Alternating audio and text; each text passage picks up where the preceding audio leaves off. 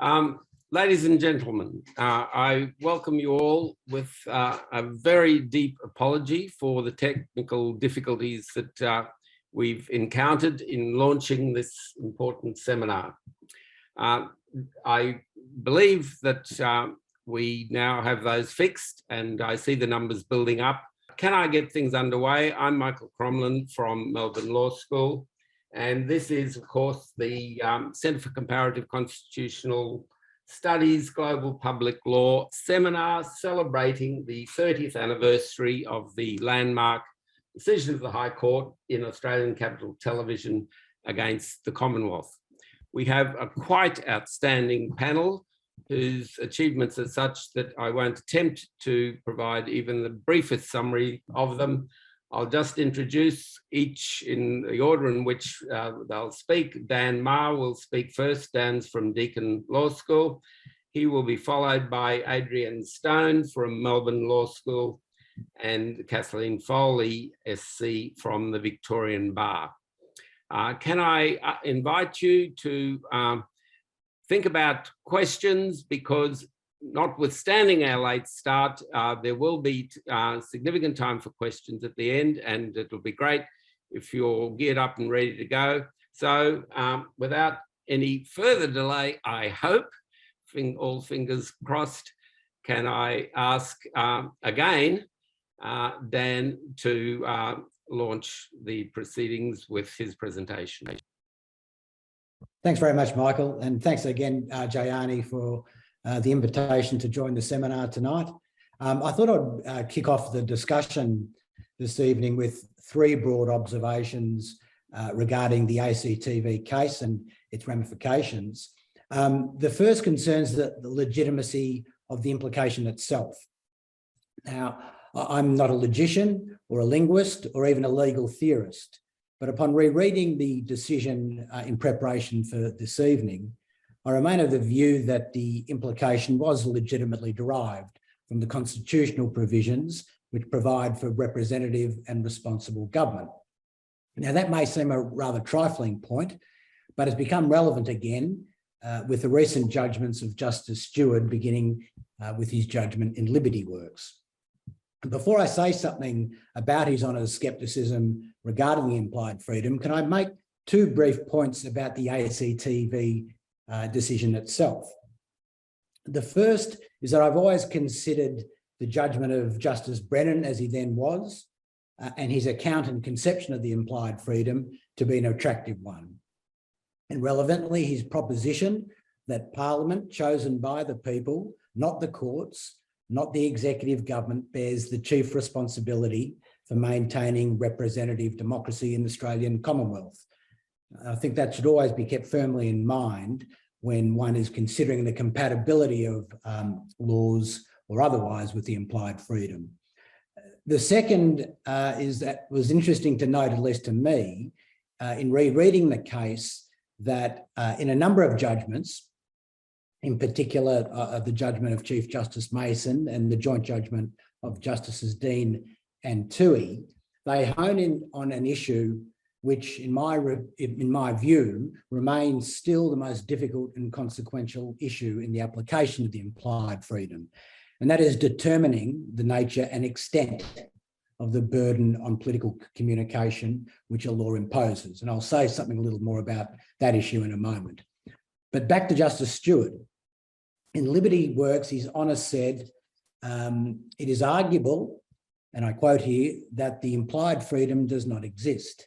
It may not be sufficiently supported by the text, structure, and context of the Constitution. And because of the continued division within this court about the application of the doctrine of structured proportionality, it is still not yet settled law.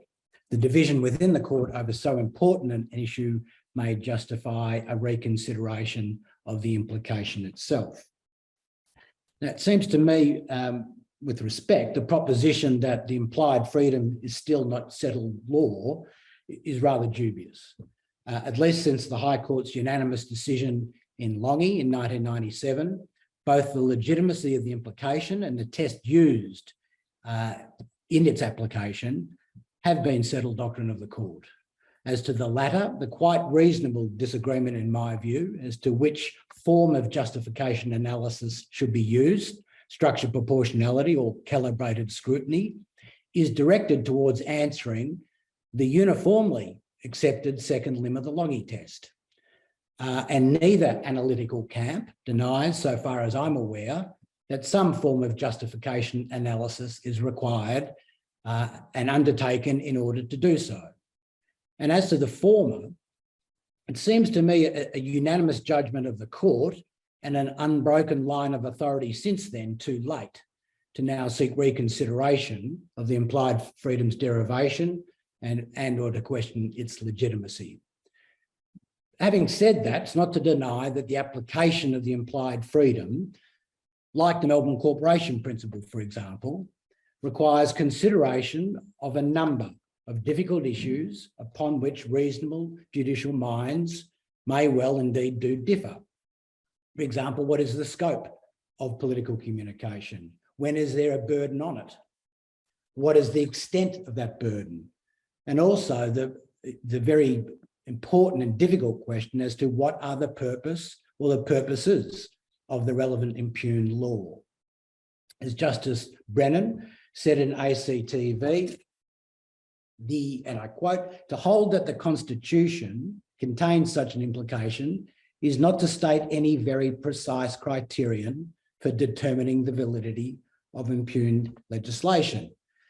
But to say so, in my view, doesn't undermine ACTV's foundational proposition that the legislative powers of the Parliament are so limited by implication as to preclude the making of a law trenching upon that freedom of discussion of political matters, which is essential to sustain the system of representative government prescribed by the Constitution." Okay, to my second general observation, and this concerns the nature and extent of the legal burden on political communication. And as I earlier noted, this issue to me is the most difficult and consequential in maybe most implied freedom cases, not whether one uses structured proportionality or calibrated scrutiny. As Adrienne has rightly noted, both forms of justification analysis can be applied in a context-sensitive manner. And at least so far, the choice of technique to answer the second limb of the Logie test has not proven decisive in any of the any of the recent implied freedom cases. Having said that, I do think calibrated scrutiny has one clear advantage: to determine first the nature and extent of the legal burden on political communication before considering whether the burden is justified serves to focus and calibrate the inquiry as to whether the provisions are reasonably appropriate and adapted, as Justice Gordon recently observed in the Farm Transparency International case.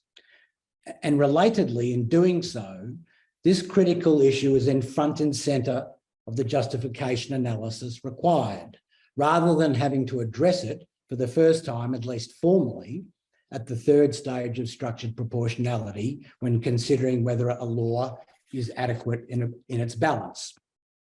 That, moreover, is a criterion, I must say, it's always struck me as an awkward and unsatisfactory fit for judicial reasoning and technique. And it may explain why this third stage has, in post-McCloy cases, been largely reduced, in my view, to almost a final ceremonial role in the structured proportionality analysis, with the guts of that analysis, including the consideration of the nature and extent of the burden, now shoehorned into the second necessity stage. Just one final point on this observation. It may be that the proponents of structured proportionality on the present High Court are also keen to make the nature and extent of the legal burden on political communication more central to their analysis. And I note that in the recent Farm Transparency case, that the joint judgment of Chief Justice Kiefel and Justice Keane, and also the judgment of Justice Edelman, address that issue before they got into the nitty-gritty of their justification analysis. The third and final general observation I'd like to make this evening is probably a little bit more forward-looking in terms of where the implied freedom is now and where it might go in the future. And it concerns a couple of issues, one to do with statutory executive powers and the other to do with vagueness. As to the first issue, the proper relationship of the implied freedom with the exercise of statutory executive powers is a difficult one. Since the case of Wotton, at least, the High Court's approach is to test the statutory provision which confers power for compatibility with the implied freedom, but not the exercise of the power in any particular case.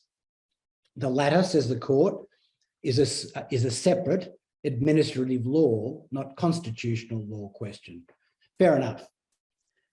But in an outstanding and I think forthcoming article in the Melbourne University Law Review, the title of which is Constitutional Freedoms and Statutory Executive Powers, my colleague at Deakin, Anne Carter, and good friend from UNSW, Nina Bowie, have raised and critiqued a number of important and difficult issues which arise with what they characterise as the High Court's legislation-centric approach.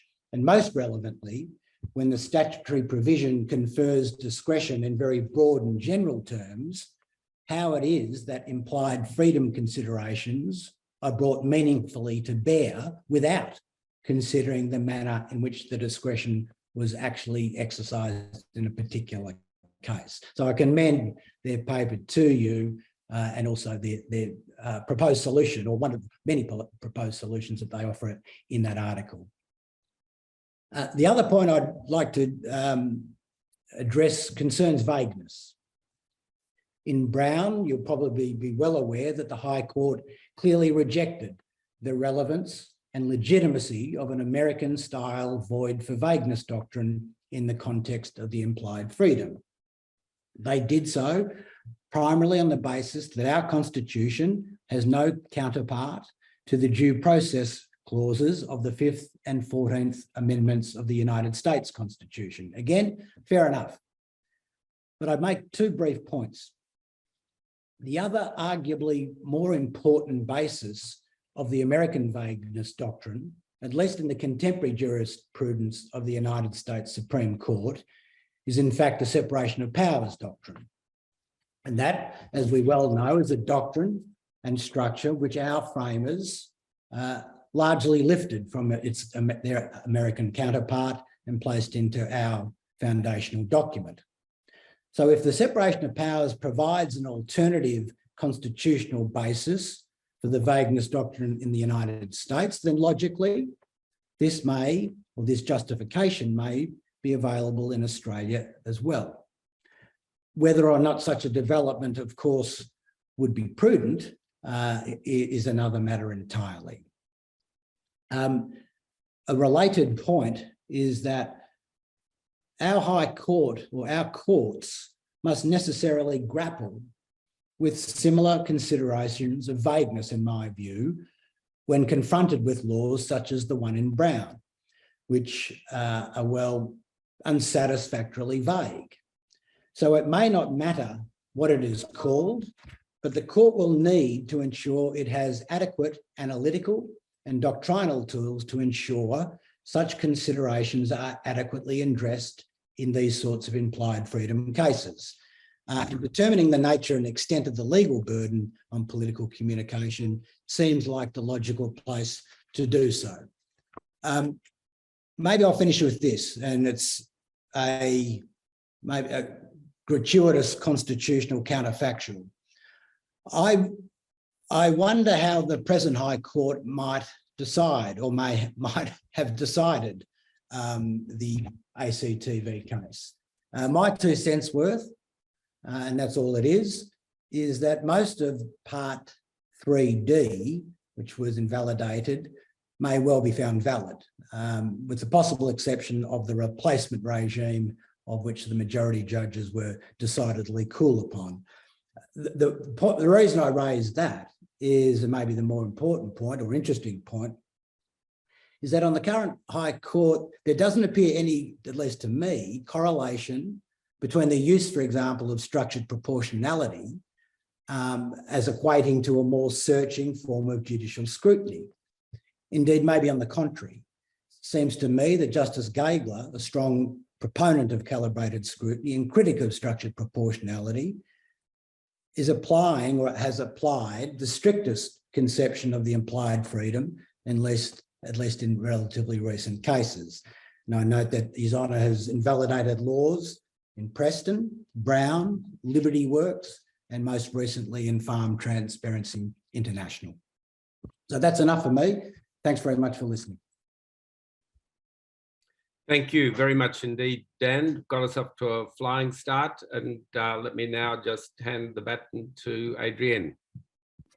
Thanks very much, Michael, and thanks everyone for coming. I'm sorry that it might have taken you a little bit longer to log in than normal.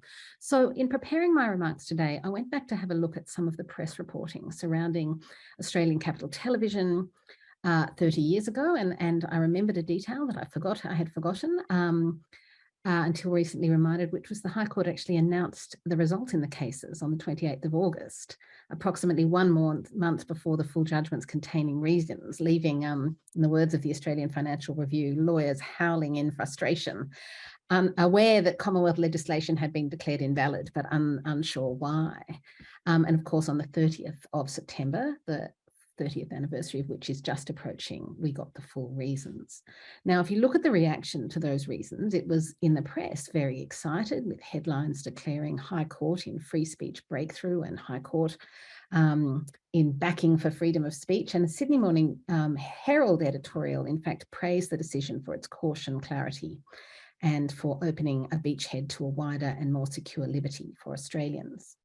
Beyond this, I think it's fair to say that critical assessment was mixed. The Commonwealth government was actually pretty unhappy to see a major legislative initiative ruled invalid. And Senator Chris Schott called it political sophistry of the worst kind. And Conservative commentators, perhaps even more concerned about the Mabo decision a few months earlier, continued to criticise the court for threatening the rule of law. And I think over the longer term, these are a set of cases that has set off something of a more sustained reaction. Now, finally, as the comments I've just made foreshadowed, there was amongst constitutional lawyers a strong sense that great change was afoot. It seemed like the High Court was taking Australia, for good or ill, down a path of constitutional revolution. The case was described by Geoffrey Lindell as a sharp departure from traditions of the past, and scholars predicted huge implications for political activity in the country. And then writing just 2 years later in the Sydney Law Review, Michael Detmold heralded the arrival of the new constitutional law, saying, "We now have everything a written Bill of Rights could give us." So, looking back from 30 years on, and like Dan, I can scarcely believe it is so long from that heady time, I think suffice it to say that the revolution has not eventuated. We have seen neither much more by way of development of other constitutional rights by implication, nor really much more progress towards a strongly rights-oriented constitutional law in general. On the contrary, after some early instability in the doctrine,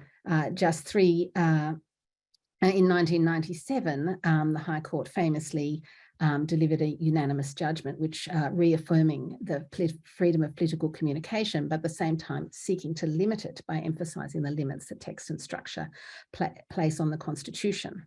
So here we are. The revolution didn't eventuate, and nor did the counter-revolution. So the freedom of political communication, I agree with Dan, is settled law. It's an entrenched and frequently litigated aspect of Australian constitutional law.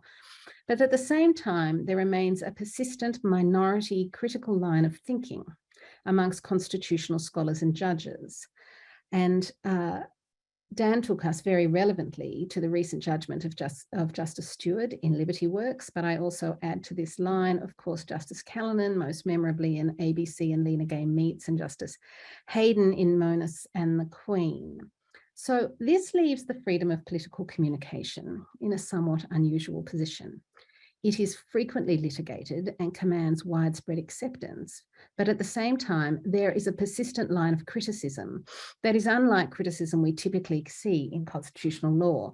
It is a line of criticism that raises doubts not just to the application of the doctrine in political cases, in particular cases, but raises doubts as to its very existence. I have elsewhere referred to this disagreement as an instance of what I call interpretive disagreement. That is the difference between Justices Dawson, Callanan, Hayden, and Stewart, and with, on the one hand, and other members of the High Court on the other, lies in their understanding of the correct way to interpret the Constitution. Specifically, there is a disagreement over the extent to which the freedom of political communication is and should be grounded in the text and structure of the Constitution. In my remarks today, I want to consider the nature of this ongoing disagreement and what it tells us about the freedom of political communication and about the Australian Constitution. I should not be taken to be making an intervention into the debate as to whether the implication is or is not legitimate. My central argument rather is that even though the critics of freedom of political communication seem unlikely to prevail in the future, the persistence of interpretive disagreement appears to have had a destabilising effect on the doctrine. Now, to make that point, I want to turn, perhaps unexpectedly, to another great decision of the era, and that is to Cole and Whitfield, decided in 1987. If anything, this decision, 5 years before Australian Capital Television, is even more significant. Indeed, the great Professor Leslie Zines would have it that Cole and Whitfield was the most important decision of the Great Mason Court, precisely because, as constitutional lawyers well know, it laid to rest 90 years of a very confusing contestation over the meaning of Section 92 of the Constitution. And in doing so, it opened up space for the decisions that were to come. Cole and Whitfield provides a notable contrast to ACTV. It was revolutionary for its time, overturning dozens of prior High Court cases, but it was immediately well received and largely continues to be so. Now, that is not to say, let me be clear, that Section 92 case law is free from doubt, nor that the direction the court has taken is beyond criticism or is not criticised. But the difference is that the court's core finding, roughly, that Section 92 applies to protectionist burdens of a discriminatory kind, is not seriously contested as illegitimate. So one puzzle I suggest for us to consider is why Cole attracts this level of basic agreement, while the freedom of political communication, rightly or wrongly, seems to rest on much more shaky ground. The enduring appeal of Cole and Whitfield, I have written elsewhere, lies in two related features. First, Cole finds secure grounding in multiple accepted modes of constitutional interpretation. So among the methods of constitutional reasoning established in Australian constitutional law are arguments based on text, historical arguments, arguments based on precedent, implications from text and structure, and I think also an appeal to the overall coherence of the Constitution. Now, the reasoning in Cole was consistent with the text. It had strong historical grounding, although it was obviously not dictated by history, and the result also had capacity to make sense of the constitutional scheme as a whole. In Cole and Whitfield, the only very strong interpretive argument against changing the law was based in precedent, yet that argument was weak given the unsatisfactory and confusing nature of this large body of case law. Now, this combination of virtues in Cole and Whitfield means that it appeals to two persistent and competing strands of thought about judicial method in Australia, both of which run deep in our constitutional culture. Cole appeals, first of all, to the long-standing legalist tradition of the court by virtue of its consistency with text and firm historical grounding. It appeals as well to an important strand of alternative thought, which I will roughly call legal realism, by which I mean a set of ideas that is focuses on the achievement of a fair, just, or workable result and accepts a measure of judicial lawmaking in order to achieve this result. So Cole and Whitfield finds its foundation in multiple accepted methods of constitutional interpretation and has capacity to appeal both to the legal realist and legalist strands of our constitutional culture. By contrast, in ACTV, the interpretive picture is more complex and contested. Of course, at the core of the reasoning lies implication, a long accepted method of constitutional interpretation, and it's no accident that in ACTV, and especially in Longy, there is considerable emphasis on the legitimacy and prior use of this method of constitutional interpretation. Nonetheless, the freedom of political communication was an controversial implication, largely because it appeared to run contrary to historical arguments as to the intention of the framers, and because of doubts as to whether the implication is truly grounded in text and structure. As a result, ACTV and the freedom of political communication it recognises typically appeals to constitutionalists who are comfortable with a measure of judicial lawmaking and who would defend ACTV as a choice.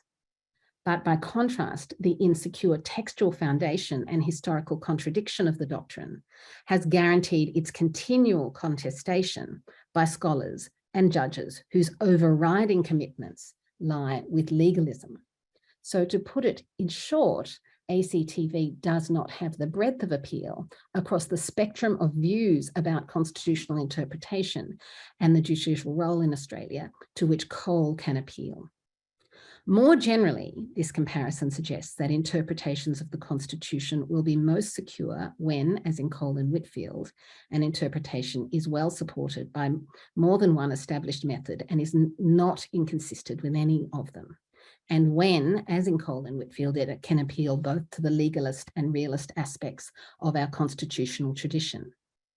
And I think ACTV's failure to do this explains the peculiar mixture of endurance and fragility that attends the freedom of political communication. Although its legitimacy is continually fortified by a long line of authority, and that is only growing, the controversy surrounding the doctrine and its insecure textual foundations and historical foundations never seems quite to go away. So I suggest, and this is an analytical or descriptive claim, that we are in a persistent state of interpretive disagreement over the freedom of political communication. And the question that I want to consider in what remains of my time is, what are the ongoing effects of persistent interpretive disagreement?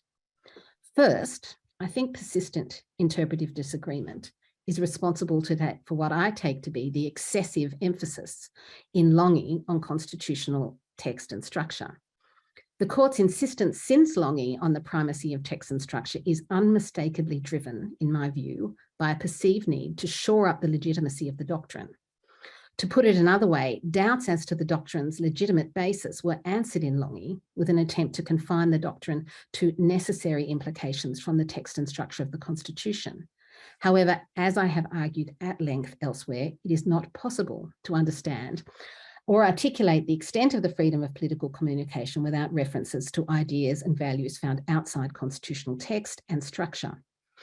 Approaching the matter conceptually, two central questions are posed. What is the class of communication to which the freedom applies, and what are the acceptable limits on the protection it confers? And text and structure provides very little guidance in resolving either. So what I think the High Court done is in the excessive legalism of Longy, it has discouraged attention to the values on which its decisions inevitably rest, and in doing so, it has deprived itself of the tools it needs to develop freedom of political communication in a coherent manner. Beyond excessive legalism, I think in this persistent interpretive disagreement has also given rise to doctrinal confusion. An especially puzzling feature of the doctrine of freedom of political communication is the continual insistence by the High Court that the freedom of political communication is, and I quote, not a right or not a personal right. Now, this statement could mean many things. It might mean that it is the freedom of political communication has an operation that is negative and vertical, not horizontal and positive, which means that it operates against government and not private parties, and it seeks to limit interference with political communication rather than confer an entitlement. or a requirement for government to ensure that there is adequate political communication. That's one thing it might mean. Or it might mean that the remedy for violation is invalidity rather than, say, damages. Or it might mean that the justification for the freedom is to support an institutional structure rather than a value more closely associated with the individual, like autonomy or dignity. All of these things can be true, and yet the freedom of political communication can still comfortably be described as a right. It is a standard feature of political and civil rights that they operate vertically and negatively. It is common that the remedy for violation is invalidity and not damages. And where damage is available, it is often only pursuant to a constitutional or statutory provision. And only an account, actually, let me skip just a little bit further along. So, the limitation of the justification to institutional structures rather than individual concerns is the most plausible basis for this statement, but even here the point seems off the mark. There are rights that are designed to protect structures and institutions and only incidentally the individual. Criminal process rights and rights against the establishment of religion are the most obvious. So in the end, in my view, the question is a distraction. It would be vastly preferable if we focused on the nature of the freedom of political communication rather than the question as what it's called. There is agreement that the freedom of political communication operates to constrain governments. It applies to laws. It aims to protect institutions of representative and responsible government that laws are violating, and does not give a rise to a claim for damages. So long as we recognise that those are the essential features, then it can comfortably be called a right, or we can call it something else, but the designation is not significant. Yet the effort to distinguish between the freedom of political communication and the concept of a right has continued. And it has reared its head in the debate over the place of structured proportionality in Australian constitutional law. The distinction between the freedom of political communication and a right is, on some accounts, the reason to reject structured proportionality as a principle of Australian constitutional law. It is said mistakenly, I think, that structured proportionality is a principle appropriate only for constitutional rights and hence not for the freedom of political communication. I think both those statements are wrong, actually. Structured proportionality is not limited only to rights context, and any event, as I have just said, the freedom of political communication can comfortably be described as a right. But the most important matter for my argument is that the desire to resolve interpretive disagreement leads to this constant and rather confusing insistence that the freedom of political communication is not a right, which in turn seems to drive strange doctrinal positions. So what is the future of the freedom of political communication? I doubt that it is much endangered in the short to medium term. However, we should not think that the freedom of political communication is wholly secure. On the contrary, in my view, the persistence of interpretive disagreement gives rise to a temptation that may last a long time to revisit the foundational question of the doctrine's legitimacy. Indeed, 15 years ago, when I first developed this account of interpretive disagreement, I speculated, and it really did seem a speculation then, that Roe v. Wade, a case also intended by deep interpretive disagreement, might one day be overruled, despite its subsequent affirmation in a long line of cases. But even if we never get to the point, perhaps we won't with the freedom of political communication. In my view, the doctrinal development of the doctrine would be improved if we're able to put behind us the doubts about its foundation. Given the depth of this disagreement, its persistence over 3 decades, I'm not optimistic that we will see that soon. However, it seems to me that we can't maintain the position that the freedom of political communication can easily be reconciled with very traditional Australian legalism. The alternative seems to me to be a full-throated recognition that the freedom of political communication is the product of a judicial choice and a defence of it as such. That's all. Thank you very much, Adrienne. And can I now ask Kathleen to round out and provide the last in the trio of presentations? Kathleen. Thanks, Michael, and thanks, Dan and Adrienne. That was really fascinating, and I think great to hear from academics who have kind of been so deeply immersed in all of this for so long. I'm coming at it from more of a practitioner perspective, but certainly share a lot of the same views. I thought I might start with a reflection, which is that in 2005, I took some time out of practice to go and study in the US. And while I was there, there were a handful of Australians studying where I was and lots of Americans. And the Australians would often be giving their views on constitutional law quite strenuously, and felt we might have been impressing some of the Americans. And then one day our constitutional law professor described our RZ approach to legal thinking as very bricks and mortar. And it certainly was clear that it wasn't meant as a compliment. And what we understood him to mean was that while American constitutional lawyers were capable of creativity and thinking about the law in a less orthodox way, here we were just doing some very boring, practical legal thinking, and that Australians weren't really very creative or bold at all. And so we might have an entire seminar on that alone. I guess it's a pretty interesting point to make, comparing the two systems, but it led me to think about ACTV in that context, because it seems to me that in the Australian legal landscape, ACTV has really stood out, and the implied freedom of communication does stand out as something that does not happen very often. It certainly was a very creative and innovative leap, and probably for that reason has remained controversial ever since.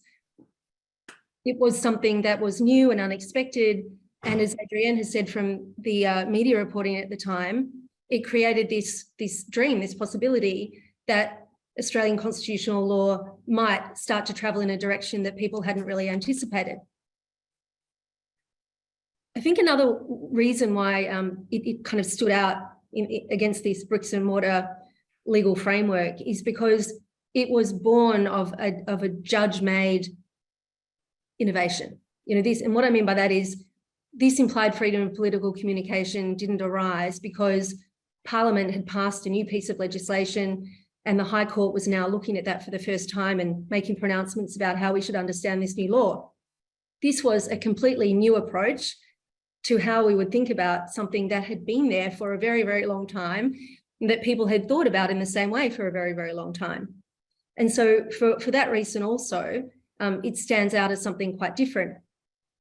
And little wonder then that it was such a controversial decision. And as we all know, for many over time, it might be seen as one of a couple of judgments that can be characterised as judicial activism at its worst, if you're that way inclined.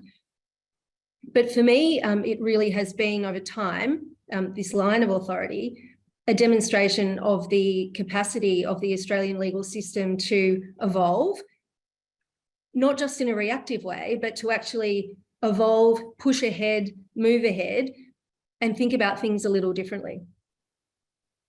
Now, a lot's been said about that over time, and Adrienne and Dan have both touched on some of those issues. I'm also not going to get into any debate about the legitimacy of ACTV and the line of authority since. What I thought I might discuss against that background is its significance, particularly from a practitioner's perspective, and also the challenges that we face going forward. Thinking then about the significance of the decision, particularly for a practitioner, the first thing that I thought about was, well, how do we really assess that? Do we look at the cases that have been brought and who's brought them and who's succeeded, who's won and who's lost? What kind of people tend to win in these cases? And that's a common way of looking at decisions like this. And I think it is important, but I started thinking about it slightly differently, and that is, it's important to think about the implied freedom of political communication in context, not in a vacuum. And that is that we don't have a federal Bill of Rights. And so to me, the implied freedom takes on a particular context and a particular significance rather, because we are working within an absence of a federal Bill of Rights. And what I mean by that is this: if you are Bob Brown or Jessica Hoyt and you're protesting in the Laponia Forest in Tasmania, and you are arrested and you're charged with an offence under the Protesters Act, the implied freedom was really the only mechanism by which they could stand up and say, well, I think these laws are invalid. I should be able to protest without fear of being charged with an offence. The only way through that legal issue that they faced was by relying on the implied freedom. Now, I'm deliberately, in talking about it that way, using the language of protest and free speech, because consistently with what Adrienne has said, I mean, that is how people think about it. And that really is what's at the heart of all of this. It's not, when clients come to see you about these kinds of cases, no one's drawing the distinction between a freedom and a right. The lawyers have to draw it when they talk to people. But what people are concerned about, what the public's concerned about with these kinds of things is free speech, you know, and in particular, I think the right to protest. And so if a client comes to you and is keen to know, well, is this open to the Parliament? Is it open to the Parliament to stop me saying what I want about these issues in this particular way? The implied freedom at the moment will be your answer to that. If you're in Victoria, or if you're in the ACT, or if you're in Queensland, you'll have some other thinking to do in relation to, for example, in Victoria, the Charter. But if you want to invalidate legislation, this is your opportunity. This is the answer that you have. So to my mind, that is significant in and of itself, that you're giving clients a pathway to an outcome that doesn't otherwise exist. But it's context that is significant because of this absence of the Federal Bill of Rights. But if we then think about outcomes, of course, we might say, well, yes, that there have been outcomes, and the Brown case is a really good example of that. It's kind of core implied freedom territory and the kind of outcome that you might expect or that people might have been concerned about when ACTV was decided. But of course, as Adrienne has mentioned, this revolution did not come to pass. We don't see a whole host of these cases. Generally, the implied freedom is fought at the High Court level, and a client would need to understand that you might be ending up there. You're not getting a whole host of decisions that are decided in lower courts that are rights protective on the basis of the implied freedom. And we certainly haven't seen this broader revolution to other kinds of rights or freedoms. So in that sense, you know, one might say that the concern about the revolution, or on the other side of the coin, the promise that was held, hasn't been realised. And I can certainly understand that perspective. But the question that I've had in my mind in thinking about these issues is, how far could we have expected it to go, given that there is no express right to rely upon? Given that there are questions about the legitimacy that have dogged this over time, given that the implied freedom didn't arise because Parliament decided to take a step, pass legislation squarely directed at the protection of human rights, could we have expected much more? Was the idea of the revolution, the idea of all of these other possible outcomes, perhaps unrealistic? And maybe that is so. But it also raised a question in my mind again, which was, if the implied freedom hadn't been recognised, would there have been a greater push for a Federal Bill of Rights? It's another one of the constitutional hypotheticals that Dan talked about. And I'd never given it much thought, really, but there doesn't seem to be, unless I'm missing it, a lot of debate about the need for a Federal Bill of Rights, as there was some time ago. And it might be that one of the reasons for that is because the common argument that's put when one is having that debate is, well, we've got sufficient protections for human rights already. And as Adrienne said, the implied freedom might have been seen as a way to kind of round that argument out.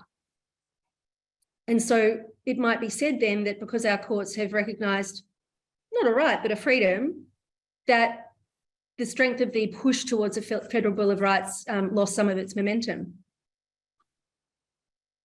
But putting that hypothetical aside, which is just a complete distraction on my part, we might then come back to that question, which is, well, in practical terms, as a practitioner, what's the significance of this? Is it just a whole lot of really interesting High Court decisions that have gone in a whole range of different directions over time? And my response is no. You know, it provides something very concrete for clients who come in with a particular set of problems, and it's something that wouldn't be able to be achieved otherwise for those people.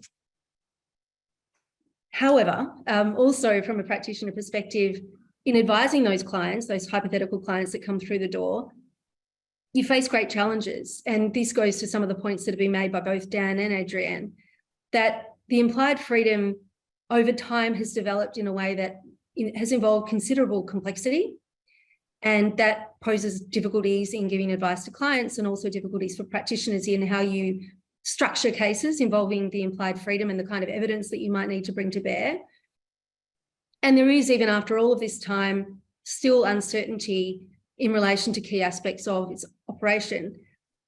And one that I have in mind, which Dan has already talked about, which I think is a particularly important issue going forward, is this question of how the implied freedom of political communication operates in the context of executive action, executive exercises of power. And so there's a few ways that that can come to pass. We have a situation where you have the statute, perhaps with generally expressed powers, and then delegated legislation with executive action under that.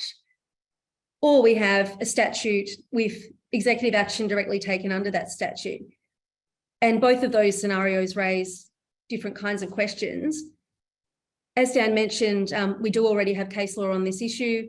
Watton, Banerjee and Palmer have all touched on this in various ways.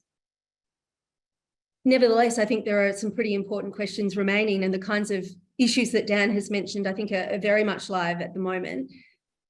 We know from Watton that the level at which the constitutional analysis needs to be conducted is up here at the statutory level.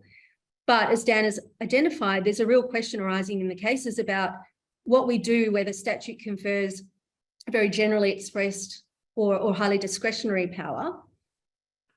And when one tries to engage with that practically in running cases, can raise really difficult questions about how you actually approach the implied freedom, in that context, and also leads to questions about whether that kind of approach leads to a result where executive action might actually be shielded from the protection that the implied freedom affords. But there are important questions here, and they go to this intersection between constitutional law and administrative law, and finding the right balance, I suppose, as to where the scrutiny should lie and how. They're really interesting questions for public lawyers, obviously. For practitioners, I think the fact that there is still this level of uncertainty can be challenging, particularly when increasingly, I think, so much government power is exercised through the executive. And so this, to me, is kind of the next really big ball game when it comes to the implied freedom. Before I finish, I should say that in today's paper, for example, there was an article about two protesters in the in the UK who'd been arrested for protesting in relation to the monarchy. And one of them had simply said, who elected him, in talking about the new king, and he was arrested. And it immediately had me thinking about this kind of thing in Australia and how we might approach an exercise of police power under a very generally expressed or broad statute with a broad power, and yet an exercise in that kind of way, and how the implied freedom might work in that case, or even more in a more challenging way, where you have delegated legislation and decision-making made under that applies in a broader context. So to me, these are the kinds of interesting questions that we're going to be faced with as we move forward. I agree with Dan and Adrienne that I can't see a departure from the idea that this is a settled part of our legal system, but as Adrienne has said, that the constant disquiet perhaps about its origins has, I think, I agree with Adrienne here, impacted the way that it's developed. And I think we'll still be seeing this and the ramifications of that while we start to look at the next aspect of it, namely the interaction with exercises of power by the executive. Thank you very much indeed, Kathleen. That really does wrap it up very well indeed, and certainly has provoked some questions in my mind. Well, thank you all. And I think that does give us a really good point to draw proceedings to a close.